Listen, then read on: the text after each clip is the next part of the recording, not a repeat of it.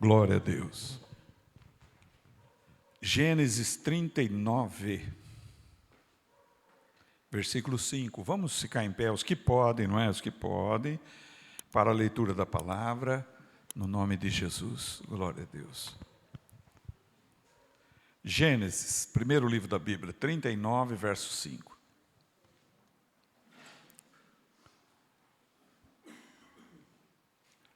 Vamos ver o 4 para poder compreender de quem está falando. José achou graça em seus olhos e servia-o. E ele o pôs sobre a sua casa e entregou na sua mão tudo o que tinha. E aconteceu que desde que o pusera sobre a sua casa e sobre tudo o que tinha, o Senhor abençoou a casa do egípcio por amor de José. E a bênção do Senhor foi sobre tudo o que tinha na casa e no campo. Amém, irmãos? Fecha os seus olhos. Santo Espírito, eis tua palavra, fala com a tua igreja. Senhor, estou diante de ti e nada sou. Usa meu coração, minha boca, usa minha vida, que seja teu vaso e teu instrumento para a glória do nome de Jesus, e que nada impeça a tua palavra, nem no mundo espiritual, nem entre nós, os homens e mulheres. Em nome de Jesus eu oro a ti e te dou graças. Amém, amém, Senhor. Vou orar depois da pregação, irmãos. Amados, aqui está falando de José. José, filho de Jacó. Jacó gerou 12 filhos e daí os 12 foram chamados 12 tribos de Israel, porque Deus no vale de Jaboque havia mudado o nome de Jacó para Israel. Veja bem, Deus atribuiu um novo nome a Jacó, Israel. Você sabia que Deus tem um novo nome para cada um de nós lá na glória? Um nome que Ele deu, um nome que dado por Deus, com o sobrenome de Deus, por isso somos filhos dele, aleluia, comprados pelo sangue de Jesus. Bem, José foi o penúltimo filho, o último Benjamim, e José era especial. Ele era especial porque, enquanto os irmãos estavam preocupados com o afazer do dia a dia, com os trabalhos normais do dia, ele estava preocupado em aprender a palavra de Deus. Veja bem que o coração dele, desde criança, desde pequeno, se inclinou a saber a respeito do seu pai, do seu avô e do seu bisavô, Abraão, Isaque e Jacó. Ele queria saber o porquê eles tinham aquela fé. Onde se originava aquela fé? E a fé, sabemos que vem por ouvir, e ouvir vem pela palavra de Deus. Por isso Deus diz para você nessa noite: reúna-se constantemente com seus filhos, no seu lar, na sua casa, e fale a minha palavra. Conte os meus prodígios, fale dos meus personagens bíblicos, fale da minha grande salvação, diz Deus. Fale na tua casa e não cesses de falar. Haverá sempre alguém na tua casa que se destacará assim como José, diz o Senhor. Aleluia. José então tinha esse coração. E ele ficava ali na sua casa aprendendo a palavra com seus pais. Seus pais narravam a ele. E ele sentia alegria, ele sentia felicidade, ele sentia gozo no seu espírito com respeito às coisas de Deus. Ele passava a adorar o Senhor, e a Deus se adora realmente em espírito e em verdade. Aleluia. Enquanto os irmãos estavam no campo, enquanto os irmãos estavam trabalhando, ele estava em casa. E nasceu ali uma controvérsia entre ele e os seus irmãos, porque os irmãos julgavam que ele era protegido, que enquanto os outros estavam trabalhando, ele tinha o privilégio de estar assentados com seus pais, aprendendo a palavra. Porém, a Bíblia diz que Deus conhece o que está dentro do ser humano. Enquanto as pessoas nos olham por fora, olham cada um de nós por fora, Deus olha por dentro. E Deus via em José sinceridade em buscar a presença de Deus. Por isso na Bíblia está escrito: importa obedecer a Deus do que aos homens, importa agradar a Deus do que agradar os homens. Veja bem, e José agradava a Deus. E quando ele ia no campo, ele contava os seus sonhos, porque o sonho é algo de nível espiritual. A Bíblia diz que Deus fala através de sonhos e de visões. Sonho não é só quando estamos dormindo. Você pode ter sonhos com os seus olhos abertos. Você pode começar a sonhar de novo com uma vida abundante, com uma vida abençoada, com uma vida próspera, baseado no Deus a quem nós servimos. E isso pode se dar com os olhos abertos. Você pode ter sonhos. A nossa mente pode estar repleta de sonhos, sonhos que se tornarão realidades. Sonhos é a especialidade de Deus, e visões, veja bem. Está escrito em vários livros, está escrito em Jó, está escrito em Joel, que Deus fala através de sonhos e de visões. E ele começou a compartilhar dos seus sonhos com seus irmãos. E isso, ao invés de incentivar seus irmãos a fazerem o que ele fazia, os irmãos começaram a sentir ciúmes, inveja de José. E essa inveja se agravou mais quando Jacó, que é Israel, lhe deu uma túnica especial, colorida. Enquanto os outros tinham uma túnica de uma só cor, José tinha uma túnica de várias cores. Seria o mesmo que um dos seus filhos dizer: puxa, pai, você ama mais o meu irmão, minha irmã, do que a mim? Porque o senhor tem feito isto para ele, para ela, e para mim não? Então esses irmãos começaram a arder de ciúmes e de inveja contra José. E José contou sonhos extraordinários, como o sol, a lua se prostrando diante dele, como coisas tremendas, e eles entenderam bem dos sonhos. Disseram: então, o pai e a mãe vão se dobrar diante de você? Quem você pensa que você é? Não é? Isso aqui, muitas vezes, é uma arma maligna para te desanimar na obra de Deus. Quando Deus está te levantando, quando Deus está te usando, quando você deixa Deus te usar, não são todos que vão reconhecer que Deus está te usando. Veja bem, Deus está falando. Não são todos que vão. Se nós esperamos a recompensa humana, já recebemos nosso galardão. Mas se nós esperamos recompensa divina, de Deus, aí muda a história. Jesus ensinou claro sobre isso. Quando você der esmola, que a tua mão direita não saiba o que a tua esquerda deu. Quando você orar, entra no teu quarto e ora. Não faça como os fariseus hipócritas, que oram nas praças para serem vistos.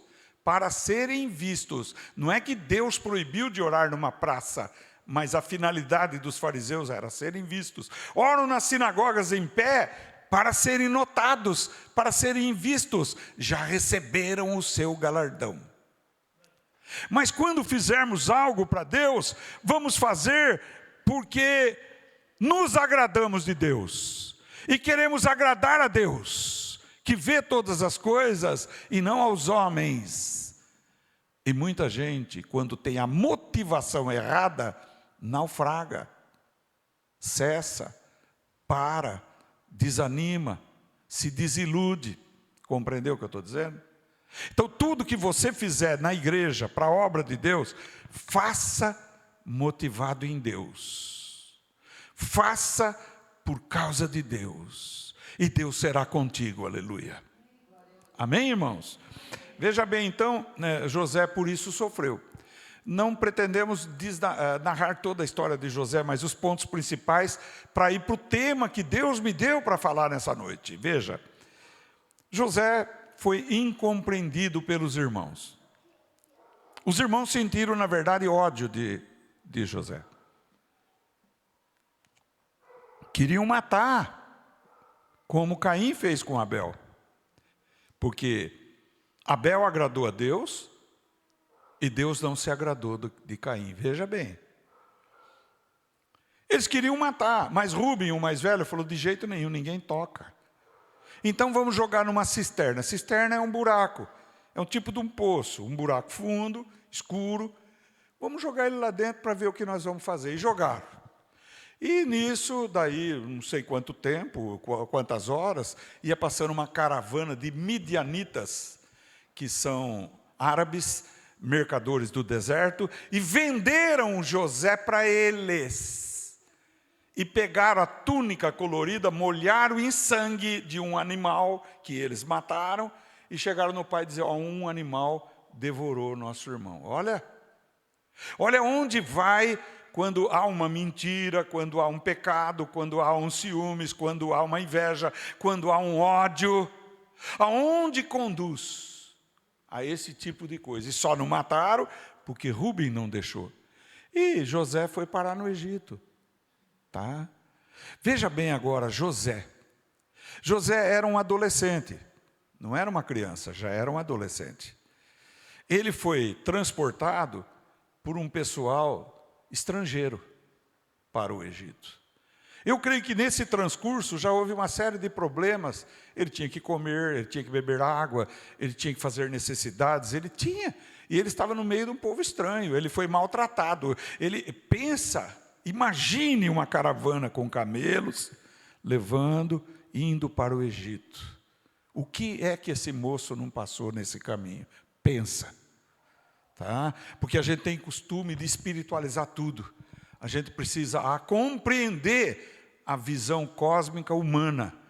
Tá? Que nós somos seres humanos, somos limitados, temos necessidades físicas, psíquicas, biológicas, etc. Temos necessidade. E essa necessidade estava em José, apesar dele ser de Deus, pertencer a Deus. Quando ele chega no Egito, tinha um mercado lá, de leilão, irmãos. Venderam como objeto. Venderam ele como se fosse um objeto. Leilão de carro, leilão de objeto, leilão de coisas. Né? Ele foi vendido no leilão. E a Bíblia diz que um homem que era servo do faraó, chamado Potifar, comprou José no leilão. Veja bem. Bem, foi para a casa de Potifar. Imagine para você ver quantos dias será que Potifar foi analisar aquele moço. Eu creio que quando Potifar começou a analisar aquele moço, ele começou a analisar aquele moço em todos os aspectos: humano, psicológico, sociológico, disponibilidade, aspecto bom. Se José fosse um cara emburrado, nervoso, xingando, negando-se a fazer qualquer coisa, mandava fazer, começava a fazer na frente do homem, o homem saía, voltava, ele não tinha feito nada. Analise, humanamente falando. Mas, porém, ele começou a ver que José se dispunha a dar o melhor que ele tinha para o seu patrão. Vamos falar patrão, a Bíblia chama de Senhor, com letra minúscula, o proprietário de José. E ele foi analisando, não sabemos quanto tempo demorou essa observação de Potifar sobre a vida de José. Mas a Bíblia aqui no versículo 4 e 5 diz que Potifar se agradou de José. Veja bem, tá? Ele observou que ele se destacava como o melhor que ele tinha dentro da sua casa. Quantos servos esse homem deveria ter? Apesar de jovem, de adolescente, ele se destacou. Ele estava sempre de prontidão. Ele estava sempre pronto a servir. Olha só. Ele não reclamou. Ele não murmurou.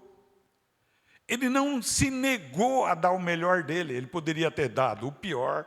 Ele poderia ter feito só o necessário. Ele poderia ter, digamos assim, encabelado o patrão dele, feito pouquinhas coisas na frente e por trás parava. Não, ele deu o melhor. O homem se agradou dele como servo, como escravo, e colocou ele acima de todos, dentro da casa dele, dentro da casa de Potifar. Colocou todos os bens que ele possuía nas mãos de José. Você agora cuida de tudo isso. Isso significa, José gerou confiança no coração de Potifar, compreendeu? Tá? Agora vamos ver o lado de José. Por que José fez isto? Primeiro, porque ele temia a Deus. Ele adorava a Deus. Ele sabia que não importava a localização geográfica que ele estava, se era Israel, se era o Egito. Ele sabia que o Deus do seu bisavô, do seu avô, do seu pai, era com ele, estava com ele. Por isto, ele não precisava se desanimar, porque Deus era com ele. Aleluia. Veja bem isto, irmãos. Isso aplica-se a nós. Você tem convicção que Deus é com você? Tem? Então muda o teu comportamento, como José. Comece a ser alegre, comece a exalar ânimo, comece a levar palavra de vitória, comece a mostrar que Deus habita no teu coração, aleluia. Não entrega os pontos de jeito nenhum, não reclama mais, não murmura mais, não diga mais nada contrário, diga: Senhor, no tempo 2024, lugar geográfico, América do Sul, Brasil, Estado de São Paulo, Pederneiras. Eu moro aqui. Para de dizer que isto não presta, que essa cidade não é nada, que aqui é um ovo, que aqui você não sabe o que está fazendo neste lugar. Para de dizer isto. Você não vê José dizendo isto. Alabassuri calabachoi. Diga: Senhor, o que tu queres que eu faça neste lugar? O que o Senhor quer que eu faça para a glória do teu nome neste lugar? Eu sei que creio em Ti. Eu sei que a minha vida tem sentido. Eu sei que eu tenho valor, porque o Senhor morreu no meu lugar. O Senhor deu sangue por mim na cruz. O Senhor pagou os meus pecados. O Senhor me chama de filho. O Senhor me adotou como teu filho. Tu és o meu pai. Então eu vou mudar o curso da minha história. Aleluia! Eu vou mudar o curso da minha vida. Rei Xalabalaia. Aleluia. De quem vai depender isto? Hein? José não podia contar com ninguém. Os seus irmãos o traíram. Ele estava sozinho. Da sua família ele era o único que estava no Egito. E não tinha mais ninguém. Não tinha ninguém para ele abrir o coração. Não tinha ninguém para ele conversar, humanamente falando. Mas tinha um para ele abrir o coração: o Deus Todo-Poderoso. O Deus Todo-Poderoso. Quando você estiver aflito, aflita, fala com Ele. Chama o seu nome. Chama o nome de Jesus. Fala: olha, Jesus, parece que a minha história acabou, não é? Mas eu creio que não acabou. Porque eu sinto o meu coração batendo, eu sinto o meu sangue circulando nas veias. Eu tenho que cuidar de alguém, eu tenho que cuidar da minha vida, eu tenho que cuidar da minha casa, eu tenho que cuidar dos meus filhos, eu tenho que cuidar da minha fé, eu tenho que cuidar dos meus irmãos da minha igreja. Então eu tenho valor, aleluia. Amém? Pois é. Mas Satanás, vendo aquilo, não ficou contente. José tinha subido a um ponto. E aqui agora a história de José muda. Porque a mulher de Potifar tentou seduzi-lo, não conseguindo, levantou uma calúnia e José foi parar na cadeia. Pensa nisso. Se ele fosse pequenininho quanto a fé, ele diria: estou entregando os pontos, quero morrer aqui, vou deitar aqui nessa caminha aqui na prisão, vou só comer aquela comidinha que chega, vou cuidar de mim, só, e não estou nem aí com mais nada. Não, José não agiu assim. José demonstrou para o carcereiro da prisão quem ele era.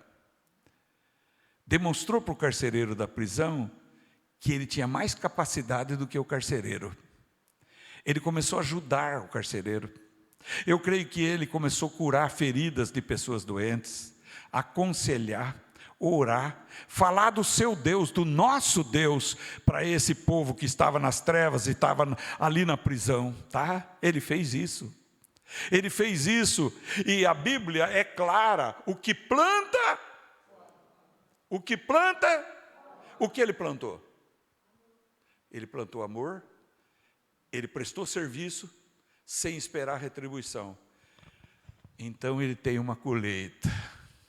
Essa colheita foi pondo, Deus foi pondo, é como se tivesse no céu, para poder exemplificar, uma caderneta de poupança espiritual de José. Crédito tanto. Caderneta, carteira profissional não, é caderneta de poupança no céu. Deus, olha, você plantou isso aqui, ó. Você ajudou esse, você ajudou aquele, você fez isso, você fez aquilo. Foi subindo o quê? O conceito de José, o que ele plantou no terreno espiritual diante de Deus. Ao mesmo tempo, Deus foi trabalhando no caráter, na personalidade de José. Deus tinha um plano muito maior para José, mas Deus não pode pegar um homem ou uma mulher pura e simplesmente e colocar num posto alto sem antes entrar na escola de Deus. A escola de Deus foi os irmãos terem vendido ele, a escola de Deus foi ele ter sido comprado pelo Potifar e jogado na casa de Potifar, e a reação dele foi extraordinária. Ele mostrou-se um líder numa situação que lhe era contrária. Agora ele vai parar na prisão, e na prisão ele era como uma luz que entrou na prisão. Ele era uma luz, porque Jesus diz: vós sois a luz do mundo, o sal da terra, aleluia. E lá na prisão, ele era um homem referência, ele era um homem que podia fugir da prisão, porque ele tinha a confiança do carcereiro. Porém, ele permaneceu na prisão, cuidou das pessoas, e cuidando das pessoas, entre os aconselhamentos que ele dava, o Deus que ele pregava, surgiram duas pessoas diferentes na prisão. Olha bem a escola de Deus como é interessante. Foram jogados na prisão o copeiro Mor e o padeiro Mor, eunucos do faraó, que foram tidos como traidores do faraó, foram jogados na prisão. E com quem esses homens começaram a conversar? Com José. Se José não estivesse na prisão, José não poderia revelar o sonho dos dois. Poderia? Então ele precisava estar naquele lugar, na hora certa, no lugar certo, no tempo certo. E para nós, humanos, muitas vezes olhar nesse tempo certo, no momento exato, para nós parece que é um absurdo. Parece que Deus nos abandonou. E nós não podemos fazer isso, porque se nós fizermos isso, nós não somos merecedores do que Deus tem para nós. Você sabia que Deus tem bênção grande na tua vida? Quem sabe disso aqui? Levanta a mão. Então aceita o tratamento de Deus. Aceita na tua vida o tratamento de Deus. Olha só, Deus trata conosco através da nossa vida, através de fatos, através de atos, através de circunstâncias, através de pessoas. E ele estava tratando com José, porque José ia ser o quê? O maior abaixo do faraó no Egito, e iria cuidar da alimentação de toda aquela parte da terra, era ele que iria cuidar. Ora, como pode Jesus, que é Deus, pegar José e colocar um adolescente para cuidar? Não, ele tinha que passar tempo, gastar tempo no espaço geográfico Egito, tratar através de fatos, casa de Potifar, prisão. Veja bem, para moldar José, para ele ter maturidade. Veja bem, abrindo um parênteses aqui. O apóstolo Paulo diz que o pregador não deve ser neófito. Quem sabe o que é neófito aqui? 3 só. Neófito é recém-convertido, irmãos. Sabia disso? Hein?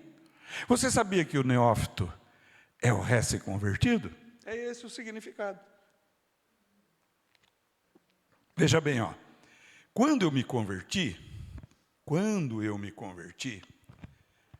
quando eu saí da Babilônia e fui para a Igreja de Deus, em 1980, o jeito que eu pregava e o poder que eu pregava, pessoas começavam a chorar, entregar a vida para Jesus, mas eu era um neófito. E eu comecei a ficar soberbo, porque eu falei, meu Deus, Deus me usa muito forte. Sabe o que começou a acontecer comigo? Sabe? Ninguém sabe, só minha esposa, minha família. Eu começava a pregar, me dava tontura. Eu falava, meu Deus, eu vou cair aqui. Aí agora eu caio, agora eu desmaio. Vai ficar feio. E isso demorou 3 anos.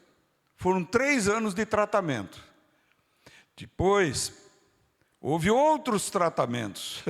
Cirurgia, tanta coisa que aconteceu na minha vida, que Deus me livrou da morte, etc. Bom, muito bem. Deus estava me preparando, porque o neófito, se ele se ensoberbece, ele cai no laço do diabo. Compreenderam o que eu estou dizendo ou não? Ele fica orgulhoso, ele fala, puxa, eu sou muito usado. Tá compreendendo aí? Então, José era um neófito ainda.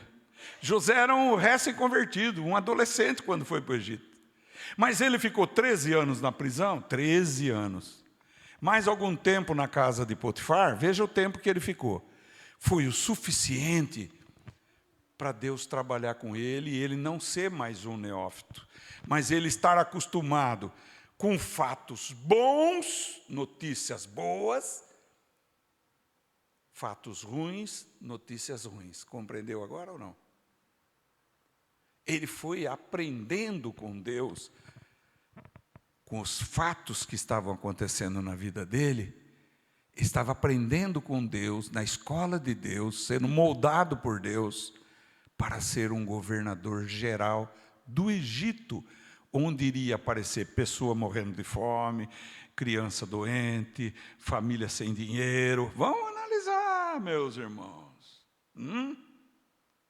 Tá? É isso que ele... Então Deus tratou com ele. Outro aspecto, ele tinha que estar lá, porque quando ele estivesse no ponto de ser o governador do Egito, iria aparecer um copeiro e um padeiro, os dois. E apareceu. Apareceu na prisão, foram jogados na prisão. E a Bíblia diz que José revelou o sonho dos dois e disse para o copeiro, porque ele revelou que o copeiro ia ser liberto e tornaria a servir o faraó, e que o padeiro iria ser morto e o corpo iria ser comido pelas aves. Difícil, mas era a revelação. Então disse para o copeiro, quando você estiver livre, lembre-se de mim. Olha, então ele sabia que a missão dele, ele estava preparado para uma missão muito maior do que se ele estivesse em Israel, com o seu pai, na sua casa, com os seus irmãos, ou na casa de Potifar. Ele sabia disso. Mas, porém, entretanto, o copeiro saiu e esqueceu do José, né? Tá? Você conhece a palavra ingratidão? Quantas vezes você se sente ingratidão de pessoas que deveriam te agradecer por aquilo que você foi, por aquilo que você fez? Mas eu não vejo na Bíblia nenhuma murmuração de José. Esse porcaria desse copeiro é um maldito. Não vê isso aí. Então Deus, que é o que escreve a nossa história. Você sabia que Deus escreve a tua história? Você sabia que Deus escreve a nossa história? Esse Deus eterno entrou em ação dando um sonho para o próprio faraó. Porque o copeiro tinha acabado de voltar para servir ele. E tinha passado por uma experiência com José na prisão. Então, Deus deu o sonho das 7 vacas gordas, e 7 vacas magras e espigas, etc. E o faraó chamou todos os seus adivinhos, videntes, profetas e etc. E ninguém pôde interpretar os sonhos do faraó. Nesta situação, não por causa de José, mas por causa do faraó, o copeiro disse: puxa, na prisão, majestade, eu conheci um hebreu e ele me contou o que aconteceu com o padeiro e contou o que aconteceria comigo, que aconteceu. E foram sonhos que ele interpretou. Traga esse varão aqui agora! Eu creio que ele já deveria ter seus 30 anos nessa idade, ou mais, talvez. Levaram ele, um banho de piscina, um banho de perfume, um banho com aquelas especiarias egípcias, e levaram o homem na presença do faraó. Quando ele chegou na presença do faraó, o faraó contou os 2 sonhos para ele, ele disse: os 2 são um só. São 7 anos de fartura, 7 anos de miséria. O que eu devo fazer? Aí entra na área do aconselhamento, o qual ele foi preparado na prisão. Então ele disse: constitua um governador, coloque sobre o Egito, e nos 7 tempos de vacas gordas, abasteça o celeiro para passar pelos 7 anos de vacas magras. Imediatamente o faraó falou: é você esse homem. Em você tem o espírito dos deuses, conforme ele falava, tem o espírito do Deus vivo. Aleluia. Você, a partir de agora, é o governador do Egito, ou seja, aquele que foi caluniado, aquele que foi difamado, aquele que foi colocado para baixo, aquele que foi preso na prisão, aquele que parece que caiu no fundo do poço, agora foi exaltado e ficado de pé, e colocado o anel na mão dele, o melhor carro abaixo do faraó na mão dele, foi constituído como governador do Egito, que cuida de tudo que há no Egito, porque Deus tinha um plano com José. Glória a Deus. José poderia pura e simplesmente ter abortado esse plano, com insubmissão, com rebelião, com nervosismo, com revolta, com murmuração. Eu pergunto para você: você sabe que você é de Deus? Você sabia que você pertence a Deus? Você sabia que Deus deu talento, pelo menos um, na tua vida, para você usar para a glória dEle? Você está usando o que Deus te deu? Você está fazendo o que Deus te deu? Você está sendo grato, grata por aquilo que te deu? Ou Deus te colocou numa situação que é uma escola de aprendizado para quebrar teu orgulho, para quebrar tua soberba, para quebrar tua arrogância e dizer: eu quero te usar, eu quero tomar você, eu quero fazer de você uma bênção, e mais, eu quero que você seja um abençoador. Glória a Deus. Você sabia disso? Então, pois, fique sabendo nesta noite, a sua existência é um milagre. Aleluia. Aqui fica. É preciso perder para ganhar. É preciso dar para receber. É preciso morrer para viver. Vamos traduzir isto? Vamos?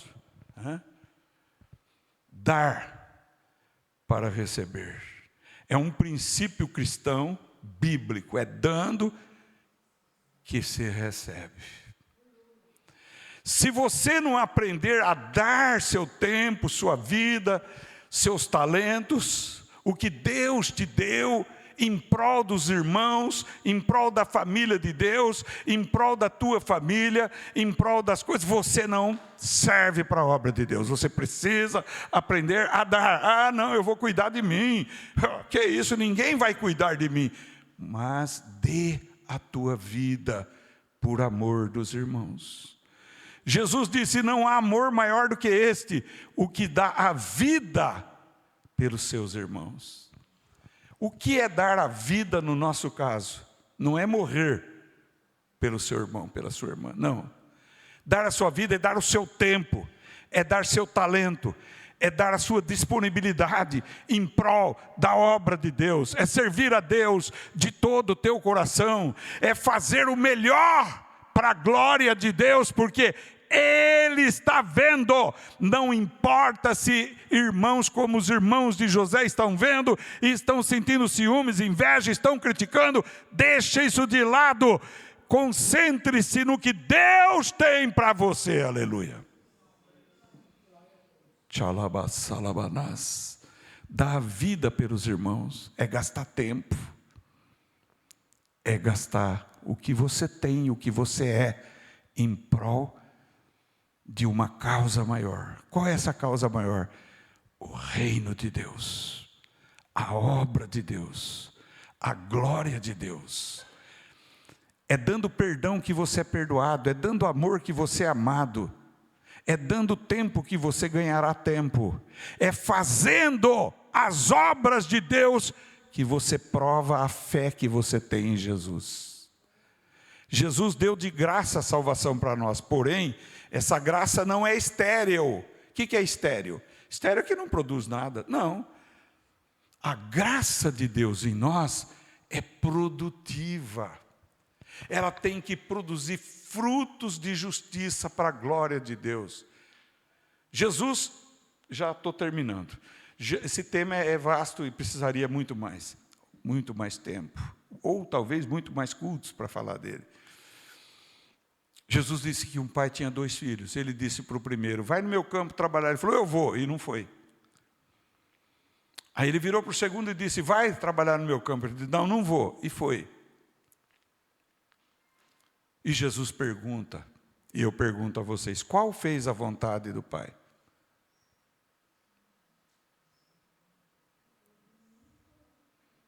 Qual fez a vontade do Pai? Por quê? Só que eu fico assustado com esse silêncio, porque acho que vocês já estavam fora do que eu estava falando. Cuidado com o pensamento. Veja bem, um pai tinha 2 filhos. Ele disse para um: vai no meu campo trabalhar para mim. Ele falou: eu vou, e não foi. Aí ele virou para o segundo e disse: vai trabalhar no meu campo. O segundo disse: não vou, e foi. Qual fez a vontade do pai? Ah, agora acordou. Então é fazendo, não é esperando os outros fazer. O que você pode fazer por Deus, faça no tempo chamado hoje, como José fez. Amém? Se Deus te colocou na escola dele, é porque Ele te ama. Ele poderia ter te largado. Mas, Senhor, está acontecendo tanta coisa ruim comigo, o Senhor esqueceu de mim? Não, tanto não esqueci que você está passando por isso. O Jonas foi preciso um grande peixe chamado baleia cachalote vir e engolir ele, porque ele fugiu de Deus. Se nós fugirmos de Deus, tem consequências se somos de Deus. Mal-estar, dores, sofrimentos. Quer ter saúde? Trabalhe para Deus. Quer ser feliz? Trabalhe para Deus. Quer ser próspero? Faça o melhor para Deus. Quer ser usado por Deus? Comece a ser usado já por Deus. Deixa Ele trabalhar com você. Deixa Ele te amoldar, porque Ele tem um grande plano na tua vida, na minha vida, nas nossas vidas, em nome de Jesus.